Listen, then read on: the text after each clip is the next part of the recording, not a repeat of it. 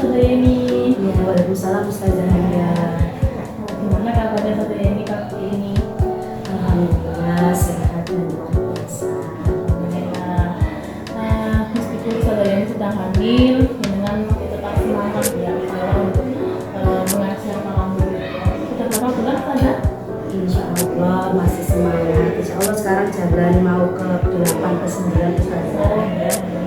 Ini Ustazah Yeni ada waktu luang ya? Insya Allah ada saya masuk kelas UKM. Kita nanti di sini akan diskusi untuk persiapan seperti akademik saja. Nah, sebelum memulai ini saya jelaskan sebentar saja. Jadi kegiatan ini merupakan rangkaian dari kegiatan supervisi yang diawali dengan kita ini namanya observasi. Kemudian nanti akan kita lanjutkan untuk observasi di kelasnya dengan. Nah, selanjutnya izin Ustazah Yeni nanti untuk pasca observasi saya mengajak pengajar praktik saya Ustazah untuk menyimak praktik dari pasca observasi kita. Monggo Ustazah. Terima kasih Ustazah. Nah, nanti saya akan mengajukan beberapa pertanyaan dan mohon maaf kalau saya membawa catatan untuk memandu perjalanannya wawancara kita ini. Ya, silakan. Terima kasih Ustazah. Ustazah bisa menjawabnya dengan santai saja. Yang penting Ustazah ini menyampaikan secara faktual apa yang akan Ustazah praktikkan di kelas jenengan nanti. Siap.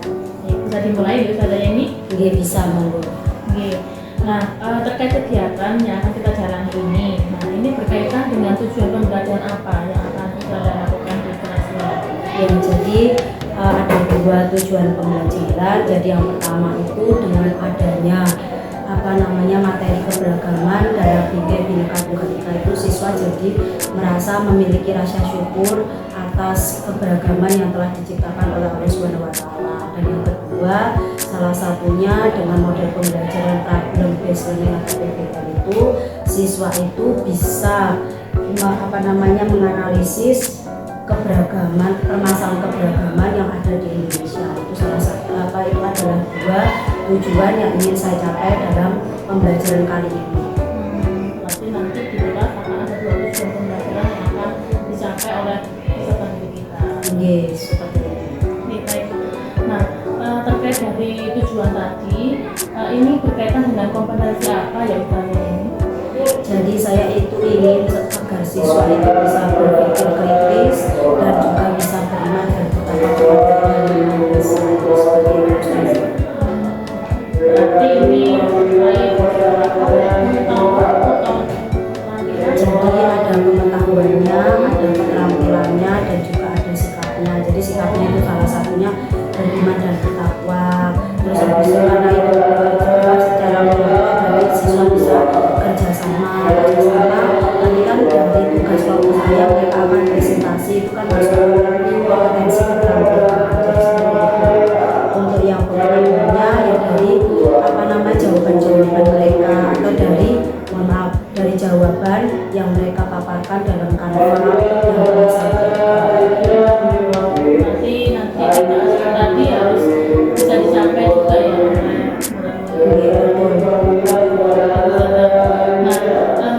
Tentu dari kompetensi tadi Ustazah ini punya strategi ataupun lama-lama pembelajaran yang disesuaikan untuk pencapaian tujuan tadi. Kira-kira strateginya seperti apa, kemudian lama-lama bidangnya seperti ini Ustazah.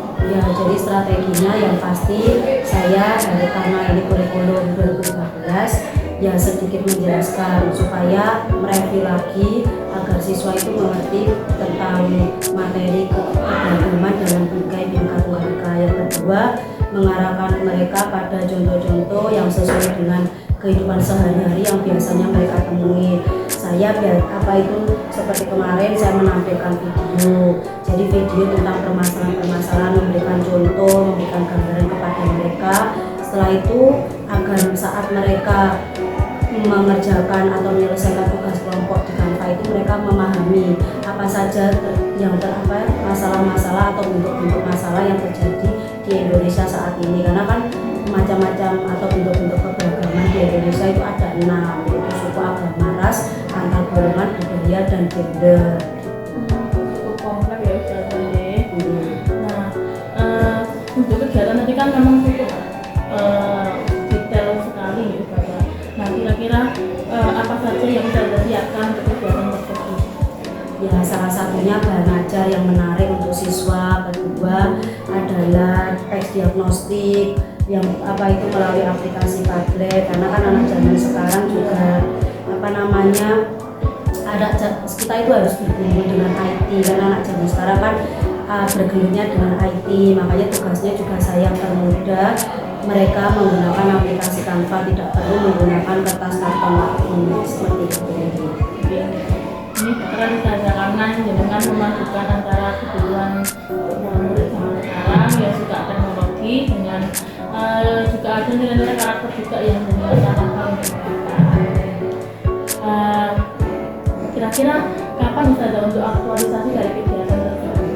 Insya Allah biasanya saya KBM di kelas 9C itu pada hari Selasa mulai pukul 11 sampai dengan 12:10. Satu lebih lewat 10 menit ya. Itu hari Selasa besok. Baik.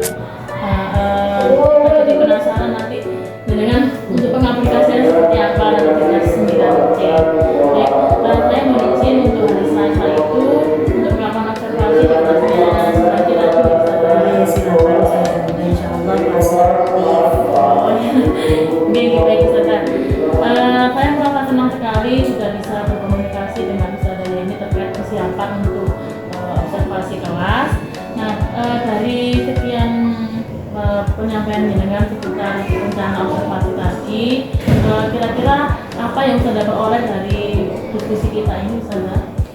Insya Allah, alhamdulillah ya bisa sharing bahwa ternyata itu sebelum melakukan evaluasi ternyata ada pra-observasi, terus ada nanti observasi, terus yang kedua dengan sharing seperti ini kan juga bisa mendapat masukan dari nanti Ustazah Handa setelah saya pasca observasi gitu kan.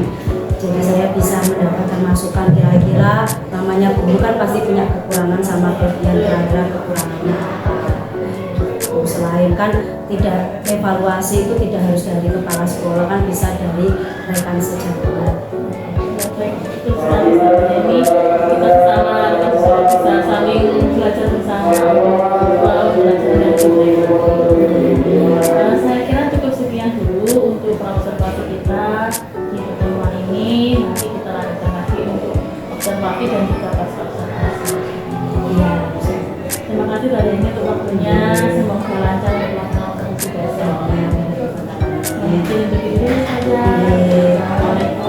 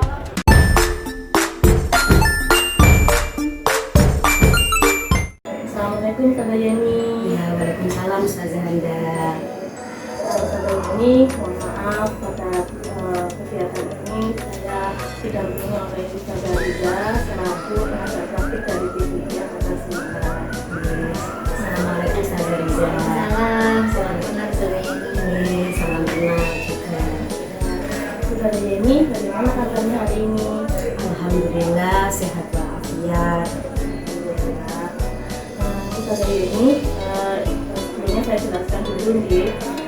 Kemarin Senin kita sudah melaksanakan observasi di kelasnya Ustazah Yeni kelas 9C.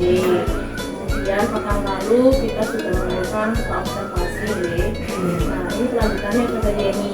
Jadi hari ini kita akan melaksanakan pasca observasi. Nah, kegiatan ini sifatnya ini saja, evaluasi dari kesiapan pembelajaran yang sudah Ustazah Yeni lakukan di kelas 9C. Apakah bisa dimulai Ustazah Yeni? Insya Allah sudah bisa. Mohon izin saya membawa kertas ini untuk memandu wawancaranya. Ya, silakan. Terima kasih Ustazah Yeni. Pertama yang saya ingin tanyakan, bagaimana perasaan Ustazah Yeni ketika saya melakukan observasi kemarin? Sejujurnya ada groginya karena biasanya mengajar tidak diawasi, jadi saya anggap seperti waktu supervisi dengan ibu kepala sekolah, karena kan biasanya mengajar itu tidak diawasi, ini dievaluasi oleh rekan sejawat, tapi ya saya mengikutinya dengan senang dan mengikutinya seperti biasa, seperti pembelajaran setiap harinya. Oh gitu. Mungkin lebih agak serius, cuman tetap santai gitu, seperti biasanya. Ya. Baik. Ustazah Yeni mungkin bisa diulas kembali nih terkait aspek yang ingin dikembangkan oleh Ustazah Yeni di kegiatan pembelajaran kemarin. Salah satu aspek yang ingin saya terapkan itu karena kelas 9C itu kan siswanya aktif kalau di kelas. Mereka itu sering bertanya hal-hal yang mengenai seperti kemarin hari Senin kan H-2 sebelum pemilu, mereka itu sudah bertanya terus apa itu pemilu, mau nyoblos yang siapa, seperti itu. Jadi yang aspek yang ingin saya kembangkan itu salah satunya diskusi kelompok yang lebih bernyawa. Maksudnya lebih bernyawa itu mereka semua itu melakukan kolaborasi. Setelah itu yang kedua itu mereka bertanya tanpa disuruh, seperti itu kan biasanya, karena kalau melihat sesuai kurikulum merdeka kan memang harusnya ada pertanyaan otomatis di awal gitu, karena untuk kelas 9 kan masih kurikulum 2013. Berarti anak-anak sebenarnya aktif dan juga bernalar kritis juga. Nah, Ustazah, untuk mengembangkan aspek yang ingin saya kembangkan tadi terhadap murid di kelas 9C, Ustazah Yeni apakah ada strategi khusus mungkin untuk mereka?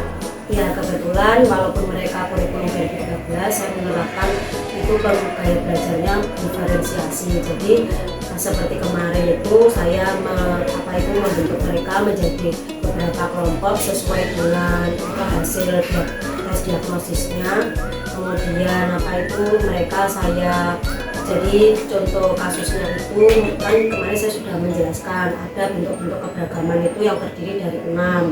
Nah, mereka saya suruh milih sendiri dari 6 itu dipilih 5. Setelah itu mereka mencari sebuah masalah dari keberagaman tersebut, karena sesuai dengan kompetensi dasar saya, siswa itu harus bisa menganalisis apa itu penyebab bentuk dari keberagaman masyarakat di Indonesia gitu. Nah, dari pemaparan Ustazah tadi, apakah pembelajarannya di kelas 9 tadi sudah terwujud perkembangannya di kelas mereka? Insya Allah 75% sudah terwujud, karena mereka bisa menyelesaikan tugas kelompok saya dengan baik, dan kemarin kan sudah saya koreksi, kebetulan mereka juga sudah presentasi, itu sudah sesuai dengan tahapan-tahapan pembelajaran yang saya inginkan. Nah, melihat dari prosesnya tadi, mungkin ada indikator yang Ustazah Yeni tetapkan kepada mereka, mungkin ada perkembangannya dari sebelumnya seperti apa, kemudian setelah menerapkan strategi tersebut mungkin ada perkembangannya gimana? Ya, awalnya itu kan di dalam pembelajaran saya ini ada beberapa pertemuan. Kebetulan mereka itu materi kalau untuk di pendidikan Pancasila atau PPKN itu kan materinya untuk bab 4 itu kan berkelanjutan dari kelas 7 lanjut ke kelas 8 terus kemudian ke kelas 9. Kebetulan mereka itu lupa materinya, jadi sedikit harus dijelaskan terlebih dahulu dan dikasih seperti pertanyaan ya pertanyaan pemantik supaya mereka bisa bisa istilahnya mereview lagi pembelajaran sebelumnya. Karena kan saya juga berpacu pada kurikulum Merdeka juga, walaupun masih kurikulum 2013, kalau bisa jangan terlalu banyak model pembelajarannya konvensional. Jadi mereka yang harus menyelesaikan memahami apa yang kita maksud dengan pembelajaran itu lah. Setelah dijelaskan sedikit, saya review kembali, mereka memahami tentang apa itu keberagaman. Setelah itu mereka tahu bentuk-bentuk keberagaman seperti apa, dan mereka juga bisa menyelesaikan permasalahan keberagaman yang ada di Indonesia. Jadi mereka perlu diulas kembali, kemudian dikuatkan itu dimaksudnya. Ya, betul. Nah, kalau dipresentasikan misalnya, kira-kira keberhasilan dari kegiatan belajar yang saya lakukan di kelas 9 itu berapa persen? Insya Allah ya saya yakinnya 75%, karena kan yang sempurna hanya milik Allah kan, tidak ada yang sempurna soalnya. Begini saja, kalau saya lakukan pada saat observasi dengan di kelas itu, menurut saya dari hasil pengamatan kegiatan belajar yang dilakukan di kelas itu, saya menilainya 80%. Saya melihatnya ini dari antusias peserta didik yang mereka bersemangat dengan model adanya variasi tugas belajar. Jadi kan mereka kan berkelompok. Berkelompok itu mereka terlihat itu memiliki punya passion tiap kelompok itu sendiri. Tapi bagaimana mereka itu berdiskusi sama teman-temannya, kemudian mereka itu bisa menuangkannya dalam kreasi desain itu kan sangat misalkan kelompok yang didominasi oleh cowok-cowok desainnya, kemudian pembahasannya, pemilihan kalimatnya itu mereka itu bisa menyesuaikan dengan anggota kelompoknya, kemudian mereka juga bisa berpikir kritis gitu ya, menyesuaikan dengan topik yang diminati ini. Udah saya lihat sebelumnya 75%, ternyata menurut saya itu sudah 80%.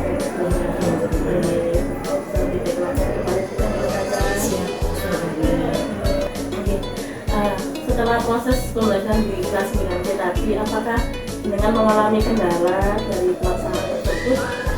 Insya Allah tidak ada, karena kelasnya itu sangat kolaborasi dan juga bernalar kritis, kemudian anaknya juga enjoy dengan model pembelajaran yang saya terapkan. Kebetulan jadinya insya Allah mereka mudah bisa memahami, walaupun kalau untuk di tingkat kelas 9 mereka juga banyak ya materi yang harus dipelajari, tapi mereka ternyata dengan model pembelajaran seperti itu mereka testimoninya kalau bilang ke saya pada waktu refleksi enak dan seru pembelajarannya gitu sih sebenarnya. Jadi kemarin waktu saya observasi juga lihat mereka itu juga tetap enjoy aja, walaupun ada kegiatan saya yang notabene kan saya tidak mengajar di kelas tersebut. Kegiatan ini apakah ada rencana supaya kegiatan belajar yang dilakukan oleh Tante Yeni tentang kurikulum itu supaya bisa lebih baik? Insya Allah selalu ada, karena yang namanya guru kan harus bisa mengembangkan model pembelajaran yang lebih banyak lagi supaya siswa tidak mudah bosan. Jadi kemungkinan kalau kemarin saya sudah menerapkan model pembelajaran problem based learning, insya Allah nanti saya ingin menerapkan model mix and match, terus model games seperti itu, jadi turnamen games seperti itu. Kemudian bisa menerapkan TS, Tustre, nggak bisa bahasa Inggris, TS singkatannya. Ya. Ada rencana tambahan lagi Tante Yeni mungkin? Insya Allah sama, saya harus selalu melakukan refleksi baik dari diri saya sendiri maupun dari siswa, karena refleksi itu kan juga penting untuk kita bisa mengetahui siswa itu inginnya model pembelajaran seperti apa, karena kan nanti kelas 9 selanjutnya mereka kan juga akan kurikulum merdeka. Kita kan harus mengikuti pembelajar sesuai dengan kebutuhan mereka, dan kalau bisa pembelajaran kita juga harus bisa bermakna untuk kehidupan mereka selanjutnya. Gitu sih. Jadi sering untuk kita refleksi tidak hanya sebagai guru, tapi juga sebagai untuk mereka. kalau saya begitu. Baik Ustazah, rencana-rencana itu bagus. Kapan Ustazah ini mau melanjutkan untuk melaksanakan rencana tersebut? Insya Allah kan saat ini kelas 9 sedang ujian praktek. Setelah ujian praktek mereka akan melakukan KPM lagi. Pada waktu KPM selanjutnya insya Allah akan saya terapkan untuk model-model pembelajaran sampai metode yang lebih aktif lagi untuk mereka. Itu. Ustazah, semoga bisa terrealisasi juga di depannya, tidak hanya di kelas 9 tapi juga bisa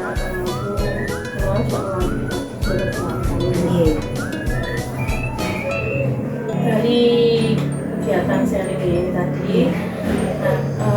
Apa yang Ustazah ini rasakan ketika kita bisa sharing-sharing? Alhamdulillah senang bisa namanya terus kita sebagai rekan sejawat kan memang harus selalu sharing, terutama untuk model-model pembelajaran, metode, strategi, karena kan kurikulum merdeka ini banyak variasinya, karena kan kalau kita bisa sharing, kita kan bisa menemukan ilmu-ilmu baru. Apalagi Ustazah Zanda ini kan juga calon guru penggerak, insya Allah ilmunya juga banyak. Nah, dari situ kan saya juga mendapatkan tambahan wawasan dari Ustazah Zanda, bagaimana untuk mengerjakan platform Merdeka Mengajar, bagaimana mengikuti webinar sesuai dengan RHK, seperti itu sih Ustazah, dan bagaimana model-model pembelajaran yang Ustazah Zanda terapkan di Mapel Bahasa Indonesia mungkin bisa diterapkan di Mapel PPKN atau Pendidikan Pancasila. Itu sih Ustazah. Ustazah tadi bilang merasa senang, saya juga senang sekali mendapatkan realisasi dari Ustazah ini. Semoga juga saya bisa termotivasi untuk Ustazah sendiri, saya juga bisa termotivasi juga untuk Ustazah ini. Observasi ini saya juga sudah dukung sekian. Sukses juga untuk Ustazah ini yang insya Allah akan berlanjut ke pendidikan guru penggerak. Semoga lancar, sukses untuk kedepannya, juga terus semangat untuk belajar ini atau pembelajaran kita untuk sobat ibu. Terima kasih Ustazah untuk waktunya, terima kasih Ustazah Liza sudah menghadiri kegiatan kami. Mohon maaf kekurangannya juga kepada kami. Oke, baik, bisa ditutup untuk saat ini ya Ustazah? Ya, silakan Ustazah. Terima kasih. Assalamualaikum warahmatullahi wabarakatuh. Waalaikumsalam warahmatullahi wabarakatuh.